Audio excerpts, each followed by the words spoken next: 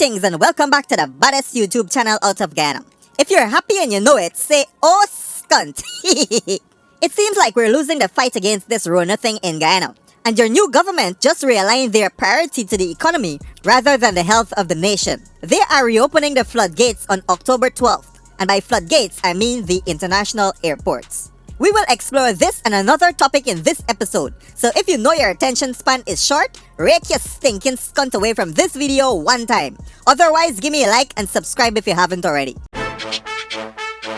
Hey, something ever surprise you like when you see it, you go, what?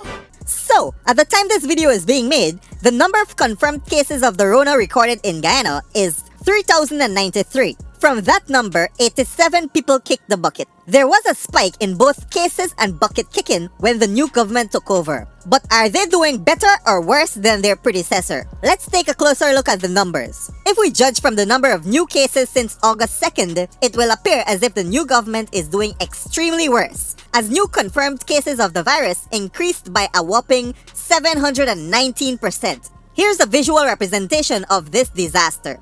Now let's take a look at the death rate in comparison. On August 1st, there were 430 confirmed cases with 20 kicking the bucket, which represents a mortality rate of 4.7%. The current overall mortality rate for the virus in Guyana is 2.8%. From August 2nd to now, 2,663 new cases were recorded, with 67 of those resulting in bucket kicking, which represents a mortality rate of 2.5%. Again, here's a visual representation of those numbers. PNC in green, PPP in red. So the question is, are we judging the government's performance based on the number of cases or the number of deaths in relation to the total number of cases? Give me your answer in the comments and let me know what you think. Let's now look at the measures in place. A few days ago, the Prime Minister launched Operation Coviskunt, where they are deploying joint services ranks and volunteers across the country to sensitize citizens and encourage compliance with the general guidelines, like wearing masks, social distancing, and hand washing. I suspect this is phase 1 of Coviskunt, and there will be a second phase where they will start locking people up who are not adhering to the guidelines. Let's wait and see. Anyways, Coviskunt launched just after they announced that they will be reopening the airports, and at the press conference an excellent question was asked by their own state media as to their preparedness for this reopening. And here's what the brigadier had to say. Novendra Siraj, Guyana Chronicle. Prime Minister, it was reported that government will be reopening the airports on October 12th. Can you say what led to this decision and possibly say what are some of the protocols that will be or have been established to regulate the reopening of these airports? There is a demand for the reopening of the airport. In a simple sense, that is what has led to our starting the discussions. However, we will not just reopen the airport, as you mentioned. There are a number of protocols that we have to put in place, and that's why we give ourselves until the 12th. No reopening before the 12th of October. That is in the measures.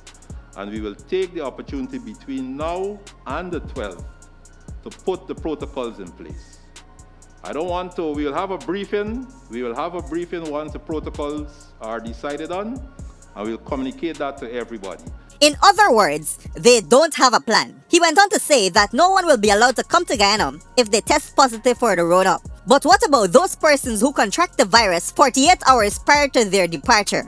By the time they arrive in Guyana, they would have met the government's criteria for entry. And even if they're given a test at arrival, the virus could still be in the incubation phase, which would make it undetectable.